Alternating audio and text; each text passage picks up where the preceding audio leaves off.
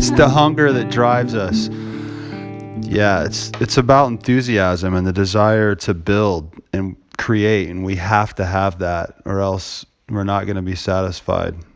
It is a metaphor for ambition because at the bottom of this company, and at the top, I guess all about it is like this ambition to make better parks and to continue to and to be a part of this conversation. My name's Greg York. I'm the mayor of New Castle, Indiana. As I became mayor, I had other mayors tell me that if a city doesn't have a skate park, that the city is the skate park, meaning that they're going to skate anywhere they can possibly skate, and that's exactly what New Castle was. I think it's going to draw from a 2 to 3 hour radius, and I think it's going to bring revenue to our community. If they're going to drive that far, they're going to eat meals here, they're going to buy gasoline here. So I feel like it will be an investment for us to bring people from out of town to our community. At this point in time, my favorite part of the park, and I don't understand it quite yet, but is the arch that's going to go over the top of connect the two in front. That I think if I was a boarder or a biker and saw that, I think I see that as a challenge. So I hope that intrigues other people also. So I think that's going to be huge to get that portion done. I think people's eyes are just going to light up when they say, "What's that about?" Let me go first because he'll take forever. I'm Patty Broyles, and I'm president of the City of New Castle Park Department. Dave Nance. I am the vice president of the Newcastle Park Board. We started just asking questions. What do you think of Hunger? How's your park? Pros and cons. You're kind of in the same boat we are. You don't have a lot of money, but what do you got to deal with? And he said, easiest company we've had to work with. Everything went great, and everybody seemed to be super pumped and excited about their park. I know he was, but that's when I kind of relayed to Patty. I said, I know we've got lots of choices out there, but Hunger seems to be, local and, or they're at least Indiana based. And I said, they're design build, they can do it all.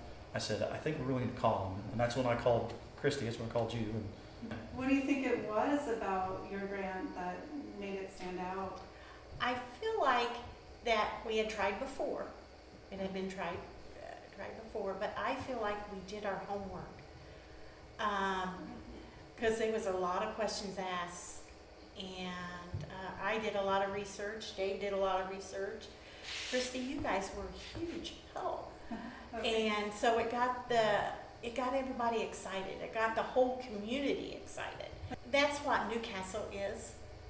I think we welcome, and we try to welcome everybody, and you guys just kind of fit right in, and it's kind of been like a little family to a certain extent, and there is trust, and you've done everything that you've said you would do.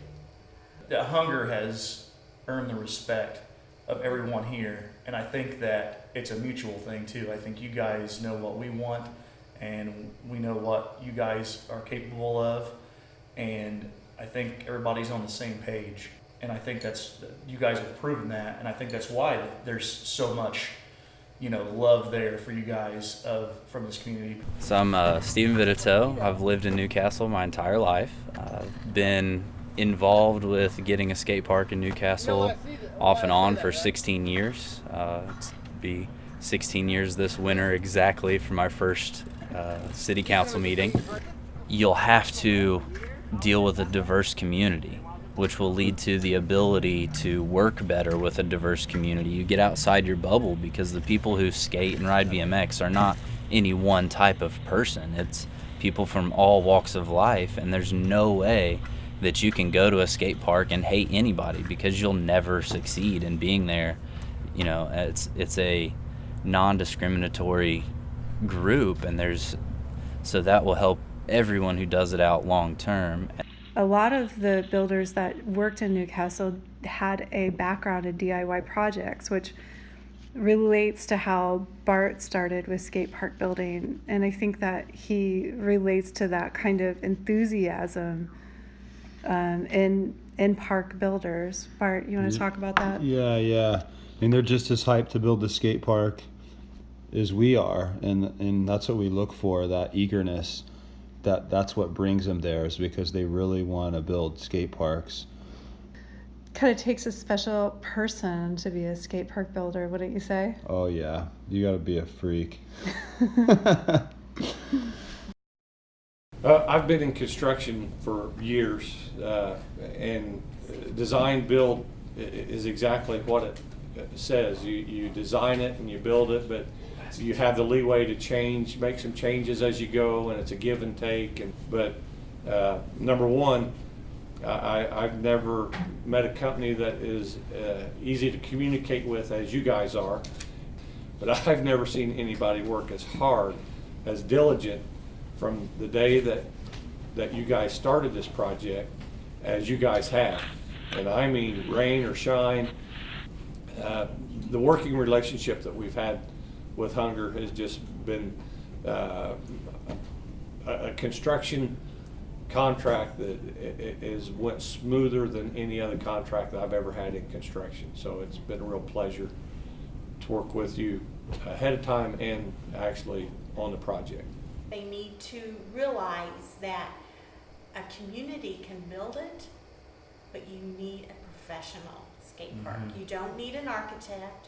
You don't need someone that does concrete or construction person. You need Bart. And I would You really do. yeah. You need Bart. And I would say, yeah, going along those same lines, I mean, having the design build team, I mean, classic example of how much this park, from conceptual drawings to what it has become now, you can see once you get into the space exactly what it's going to be. And you can have anybody design your park, but actually making it go from the drawings to that, something may not work quite right. And like I said, Bart has stepped in there and we need to change this, or we need to add this, or we need to, and like I said, now it's going to be even better than it was on paper. So, and I think that's I would say to anybody, if they would ask, make sure you go with a design build team. Why is design build better, Bart? Design build rules, hands down. It's the way to go, and Newcastle's a perfect example of how it happened there, because we had the rough blueprint, to start with, but then once we got going and we saw changes that needed to be made, they took it well, and they listened, and they were like, yeah, okay, if you think it's better. And then after a couple more weeks, they saw that it was better and that we knew what we were doing. So once we had that trust, that was a big thing. Also, it's like there's this spatial dimension to these skate parks. Like, even when you're the best design that you see, you're like, that is just a beautiful rendering. That looks so fun. And then you go and you skate it. I could think of so many examples. And you're like, if only it was this height or a little different. That's what you get in design build when you have a builder that is the designer, because you are there and you're seeing it. You're seeing the distance from the other features. You're seeing the radius and making those incremental changes. It saves it, because we've had to go rehab parks that were one designer and then another builder, and just one, the dimensions are off, and it makes an entire feature unskateable, and that to me is heartbreaking. Knowing that these communities spend years raising money to build these skate parks. So you got to be a skater to do design build as well, of course, and that's something that people miss. I mean, to us, that's the bottom line. Yeah. When we're building it, it's not like this business philosophy of like the dollar is the bottom line. It's like what's going to make it the best skate park, because these skate parks we think are in our backyard. All of this area in the Midwest is our backyard. And these kids are tough critics too. We're going to hear about it.